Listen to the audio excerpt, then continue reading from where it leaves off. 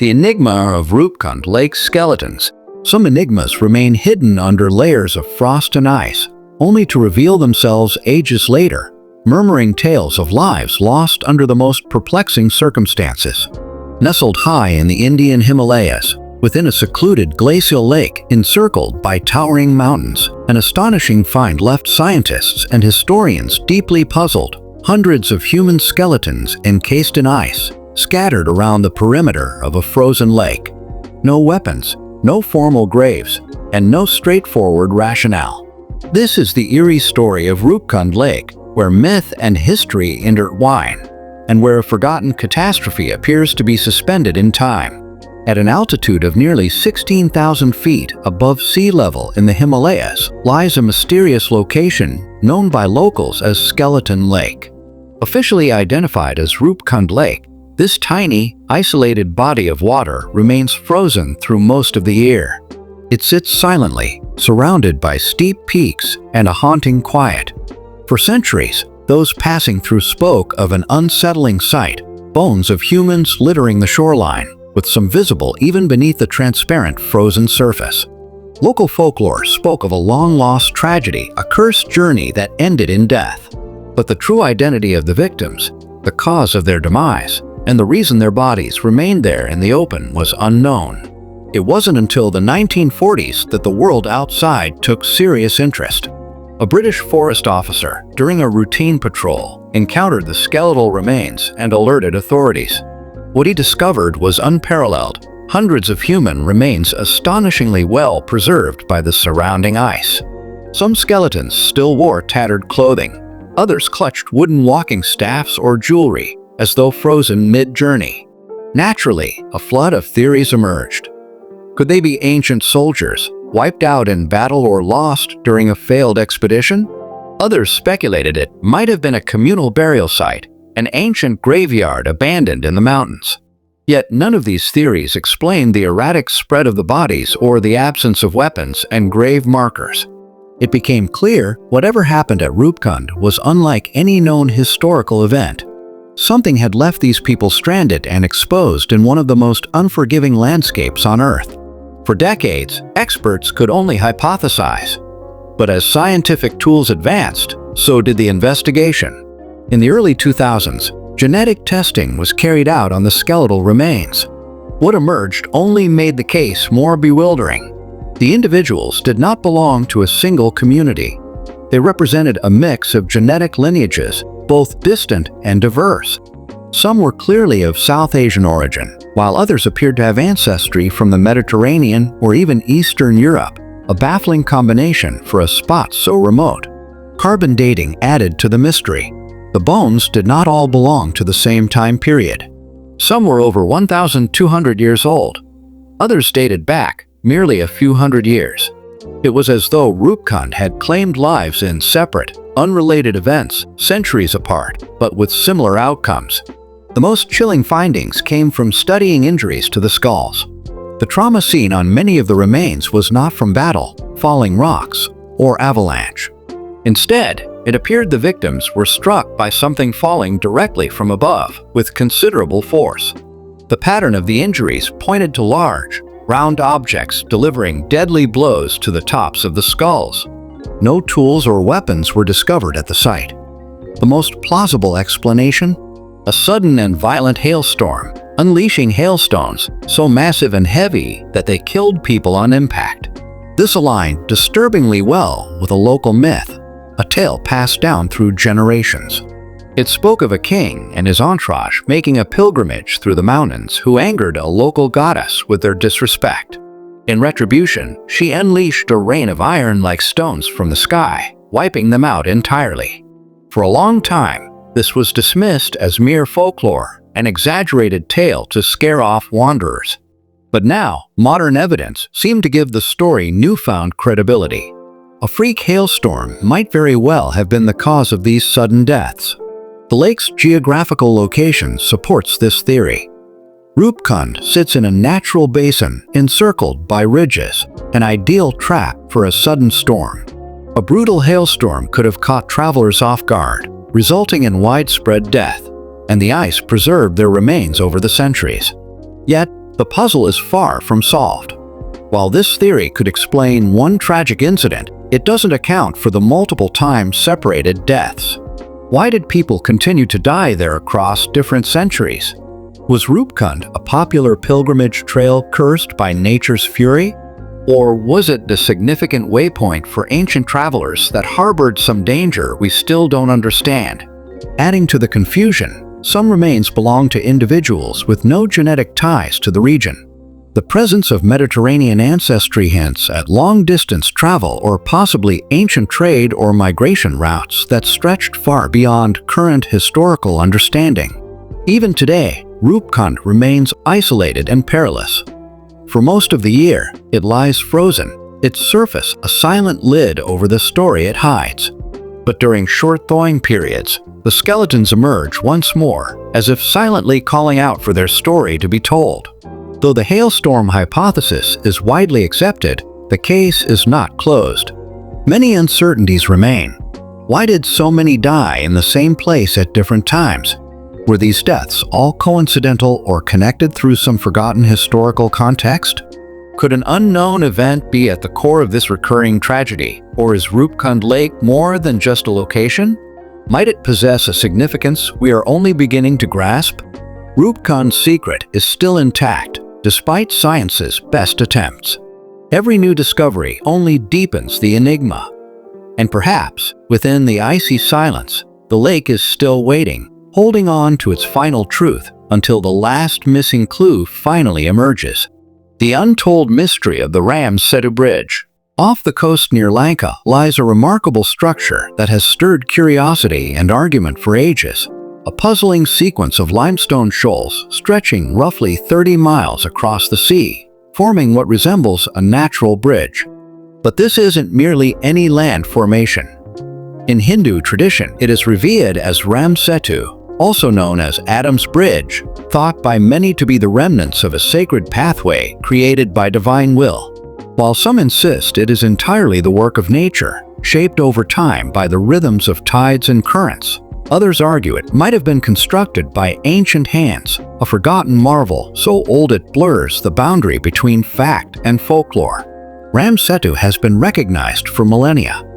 It appears in centuries-old texts and ancient maps, long before scientific investigation tried to understand its origin. According to the Hindu epic Ramayana, penned over 2,000 years ago, the bridge was built by an army of Vanaras, celestial monkey warriors led by Lord Rama, the prince of Ayodhya. In the tale, Rama sought to rescue his abducted wife Sita, who had been taken to the island kingdom of Lanka. To reach her, he commanded his followers to construct a bridge across the sea using enchanted stones that floated on water. Once the miraculous bridge was complete, Rama's forces marched across it to battle the demon king Ravana, ultimately reclaiming Sita.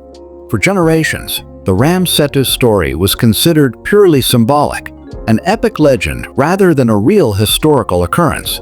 That perception shifted in the early 2000s, when satellite photos released by NASA showed a distinct, uninterrupted line of underwater formations connecting India and Sri Lanka. These visuals reignited the global conversation. Was this just a freak occurrence of nature, or had the Ramayana always been describing a genuine structure? Geologists generally maintain that the bridge is a natural feature, likely a ridge of limestone deposits and sandbanks formed due to shifting tides, oceanic currents, and geological activity. Some scientific research estimates the age of the formation between 7,000 and 18,000 years, possibly dating to a time when sea levels were lower and a natural land link existed. But not everyone accepts this view. The remarkable alignment of the stone clusters and the seemingly deliberate positioning of the materials have led some experts to suspect human intervention. Could it be that ancient civilizations played a part in shaping, reinforcing, or even building this route? Adding depth to this puzzle are old accounts suggesting that Ram Setu was once a fully traversable land bridge. Historical records, including the writings of Marco Polo, reference a walkable path between India and Sri Lanka, one later claimed by the rising sea. Maps as recent as the 18th century also depict a solid land connection in the very same area. Could Ram Setu have functioned as an actual passage in antiquity, later degraded by the forces of time and nature? And if so, is it possible that early societies modified it for travel and transport? One of the most fascinating details lies in the stones themselves. Some researchers note that large coral boulders resting atop the sandbanks appear to be far older than the sediment beneath them, suggesting these rocks may have been manually placed, not naturally deposited. Then there's the case of the floating stones found nearby, lightweight, porous volcanic rocks that can remain buoyant in water. Believers point to these as physical proof, matching the description in the Ramayana, where sacred stones remained afloat by divine blessing. Although mainstream geology continues to support a natural origin for Ram Setu, the door remains open to the possibility of ancient intervention. Records from India itself imply a land-based passage connecting the two regions thousands of years ago, possibly serving as a route for trade or migration. If early humans had access to this natural corridor, could they have shaped it gradually to serve as a functional bridge? Or was it a natural formation that simply inspired the mythological narrative? The debate over Ram Setu extends beyond archaeology. In the early 2000s, proposals emerged to dredge a shipping canal through the area, cutting into the formation to streamline marine trade routes. This triggered massive opposition from religious groups who regard the bridge as sacred. The issue escalated to India's Supreme Court, where arguments centered around the site's cultural, historical, and religious significance. Ultimately, the project was suspended, and Ram Setu remains untouched, at least for now. So what is the truth? Is Ram Setu a divine construction, an ancient engineering feat, or just a quirk of geography? If it's purely natural, how did such detailed and geographically accurate descriptions appear in texts written thousands of years ago? And if it was created by early civilizations, where are the signs of tools, settlements, or supporting infrastructure? There are no easy conclusions, only deeper questions. Some secrets are buried under snow, others beneath the oceans, and some lie deep within the earth, hidden in time. The story of Ram Setu serves as a reminder that myth and history often blend into one another, forming mysteries that challenge even modern science. And not every riddle is about lost cultures or hidden knowledge. Some seem to stretch the very boundaries of what we know about our world's timeline. The enigma of the Ulfberht Viking blades. Over 1,000 years ago, amid the chaos of Viking conquests, a new mystery was forged, one that defies everything we believed about medieval metalworking. Enter the Ulfberht swords, legendary weapons from the Viking era, crafted with such unmatched purity and precision that they seem centuries ahead of their time. These blades, engraved with the inscription plus Ulfberht plus, were tougher, more resilient, and more flexible than any other weapon of that age. Their superiority has led many to ask, how did Viking blacksmiths possess such advanced knowledge in an era when European swords were typically brittle and crudely made? Unlike their contemporaries, Ulfberht swords were crafted from high-carbon steel with astonishingly few impurities. They were sharper, lighter, and significantly more durable than anything else forged in that period. In contrast, most medieval iron weapons were made using the bloomery smelting method, which left slag and flaws in the metal, making them weak and fragile. But Ulfberht swords defied this norm. They showed little to no slag, and their carbon levels were far closer to modern steel standards, something believed impossible for smiths of the Middle Ages. Their secret lay in the material, what modern metallurgists refer to as crucible steel. This process involves heating iron to the point of complete liquefaction, allowing impurities to be removed and carbon levels to be precisely controlled. The problem? Crucible steel was unknown in medieval Europe. The first confirmed accounts of such advanced steel making on the continent don't appear until the Industrial Revolution, almost 8 centuries later. So how, in the 9th century, did Viking blacksmiths manage to craft weapons using a technique supposedly far beyond their reach? To date, over 100 Ulfberht swords have been unearthed across Scandinavia, Northern Europe, and Russia. Their defining feature: the distinctive plus Ulfberht plus engraving on their blades. The inscription could represent the name of a master swordsmith who pioneered this revolutionary method, or perhaps a trademark used by an elite group of craftsmen.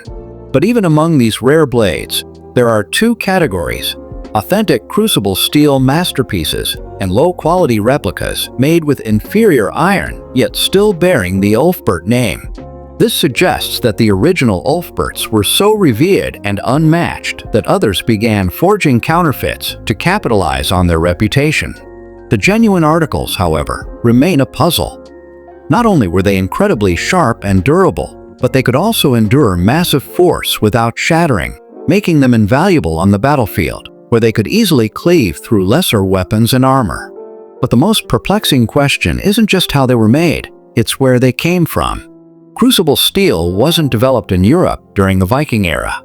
However, such techniques were present in other regions, namely the Middle East and South Asia, particularly Persia and India, where steelworking technology had advanced much earlier. The famed Damascus steel, celebrated for both its beauty and strength, was created using similar high-carbon methods. Some scholars believe Viking merchants may have encountered these techniques during their extensive travels along the ancient trade routes of the Islamic world, possibly bringing back the knowledge, or even the raw materials, to Scandinavia. This theory gains traction when considering how interconnected the Viking world actually was. The Varangians, Norse warriors and traders, ventured deep into Russian territories, establishing outposts along riverways linking northern Europe with both the Byzantine Empire and the Islamic caliphates. Historical records confirm that Vikings traded goods like silk, spices, and silver with Middle Eastern merchants. It's entirely plausible that during these exchanges, they also acquired high-quality steel ingots, or even learned advanced forging methods from Eastern blacksmiths. But even if Vikings had access to crucible steel, a more pressing question follows. Who among them had the expertise to forge it into blades of such extraordinary craftsmanship?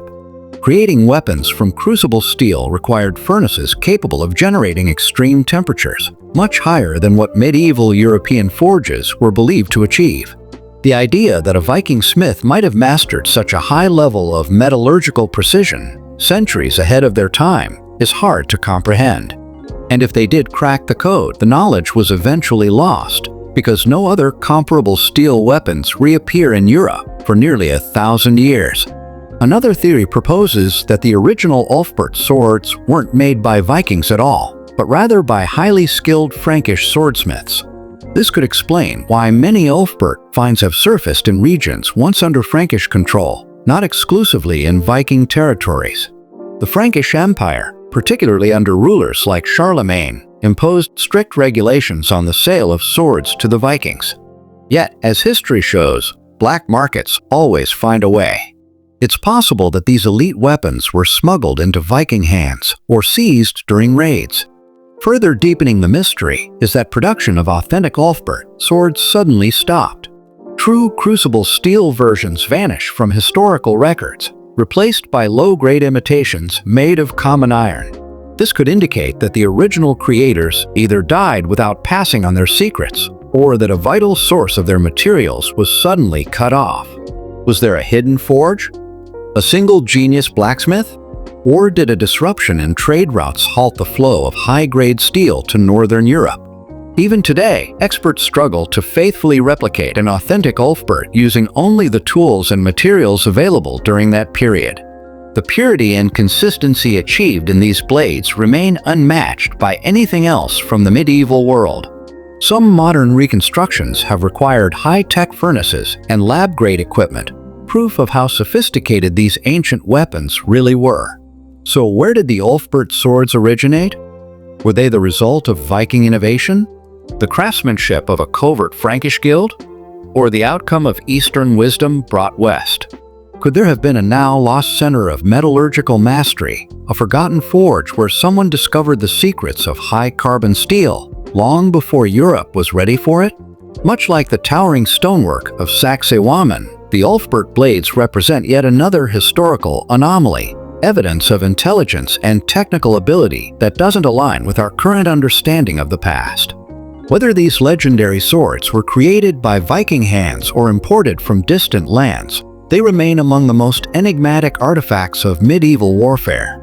And if such advanced knowledge was once discovered, only to be lost, one must ask, what else have we forgotten? What other secrets lie buried by time, waiting for rediscovery? Some mysteries are carved in stone.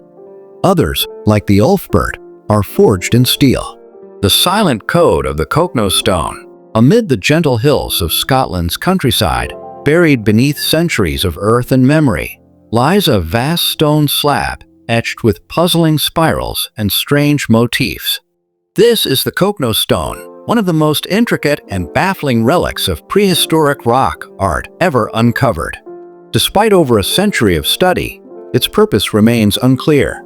Some view it as a celestial chart. Others believe it held sacred meaning. And still more imaginative minds propose it may carry messages from an ancient, lost civilization, or perhaps something even more mysterious. The Cochno Stone first entered the public eye in 1887, when Reverend James Harvey, a local minister, unearthed the massive carving in West Dunbartonshire, Scotland.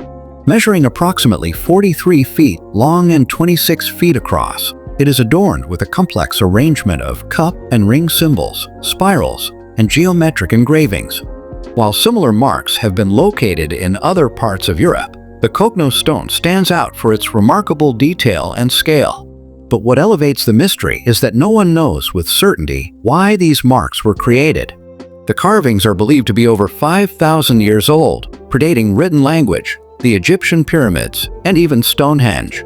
The designs are intentional and precise, suggesting deep importance to their creators, yet the knowledge behind them has vanished with time.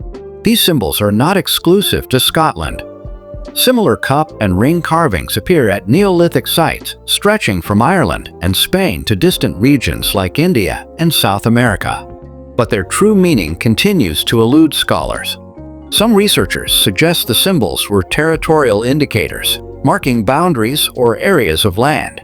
Others believe they served ceremonial or religious purposes, potentially tied to burial practices or primitive stargazing. One widely supported hypothesis is that the Cochno Stone served as a sky map, marking the locations of stars and planets as observed by ancient people. Certain carvings seem to match known constellations, leading some experts to theorize that it was used for astronomical observations or seasonal planning. If accurate, this would imply an unexpected level of cosmic understanding by a society often seen as primitive. But even if it is a chart, what exactly is it charting? Does it trace the sun and moon across the sky? Or does it depict something more abstract, a spiritual or cosmic diagram meaningful only to its original carvers? Another school of thought argues that the symbols could represent an ancient landscape, a kind of prehistoric map, where cup marks denote settlements, rivers, or holy locations.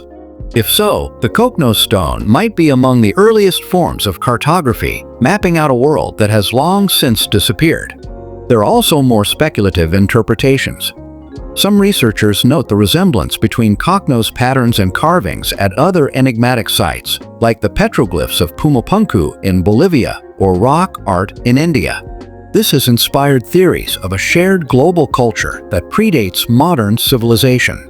More fringe ideas go further still, proposing the stone encodes ancient wisdom, forgotten science, or even extraterrestrial contact. Though unproven, such theories underline how little we truly comprehend about these mysterious symbols. Adding another layer of intrigue, the Cochno Stone was reburied in 1965 by archaeologists. Over time, the stone suffered damage from weather, vandalism, and misguided efforts to enhance its visibility. Some even tried painting over the symbols. Fearing irreversible harm, authorities decided to cover the stone with earth once again, shielding it from the elements, but also placing it beyond the reach of further study. For decades, it remained hidden. Its secrets lay entombed beneath Scottish soil until interest in the site was rekindled. In 2016, archaeologists led a project to re-excavate the stone, using advanced 3D mapping and scanning technologies to digitally capture the carvings in stunning detail. This non-invasive approach allowed researchers to examine the designs closely without risking further harm to the fragile rock surface. Yet despite these efforts, the true significance of the Cochno Stone remains unsolved. Unlike other ancient artworks depicting humans, animals, or mythological scenes, the Cochno carvings are entirely abstract. There is no clear narrative, no visual story of daily life or legend. This has led some to conclude the markings were symbolic, perhaps representing ideas or beliefs only understood by those who created them. Still, the consistency and precision of the designs suggest they were far from random. The same cup and ring formations have been discovered at ancient sites across the globe, raising the possibility that they formed part of a shared symbolic language, a kind of prehistoric code we have yet to crack. One particularly compelling theory is that the stone was used in rituals. Some believe that water may have played a key role. When rain or liquid filled the cup marks, they might have reflected starlight, linking the heavens and the earth in a kind of sacred mirror. Others propose that staring at the stone's hypnotic patterns for extended periods might have induced trance-like states, perhaps for spiritual or shamanic purposes. The stone's location also fuels these beliefs. It sits in a region rich with folklore and paranormal stories. Local legends tell of fairy beings, mysterious lights, and strange phenomena in the area. Some suggest the Cochno site retained sacred importance long after its original builders had vanished. Even in modern times, visitors have reported odd sensations near the stone, unsettling lights, eerie atmospheres, and the unnerving feeling of being watched. Whether these stories stem from reality or imagination, they only deepen the mystery of the site. So what is the Cochno Stone, really? Is it an ancient chart of the skies, an early territorial map, or something beyond our present-day comprehension? Could it be a long-lost language? A forgotten means of recording knowledge? Spiritual artifact? For now, the Cochno Stone keeps its answers hidden. Its swirling shapes and precise engravings grant us only a fragmented glimpse into a vanished world, an echo from a time before written words or recorded history. It stands as a powerful reminder of ancient ingenuity and the complex minds of prehistoric people, evidence that humanity's story stretches far deeper than we often assume. Indeed, the Cochno Stone teaches us that not every mystery lies buried. Some are etched directly into the earth, left behind by those who saw the universe through a lens we may never fully understand. While some ancient symbols eventually surrender their meanings, others, like the enigmatic Cochno Stone, remain silent, waiting, with truths still lost in the sands of time. The enigma of the Sacsayhuamán megaliths, high in the lofty heights of the Peruvian Andes, perched above the age-old city of Cusco, rests one of the world's most awe-inspiring archaeological marvels, the monumental walls of Sacsayhuamán. This sprawling complex of immense stone fortresses sprawls across the highlands with such immaculate construction that it has withstood the wear of centuries, untouched by time and natural forces alike. But this is no ordinary relic. The colossal boulders that form its barricades are among the largest ever utilized in antiquity, some tipping the scales at over 200 tons. Yet they fit so flawlessly together that not even the thinnest blade can slide between them. The astounding intricacy and skill demonstrated at Sacsayhuamán pose profound questions. How were such massive stones quarried, sculpted, transported, and placed with such perfection, using only what we believe were the limited tools of the Inca civilization?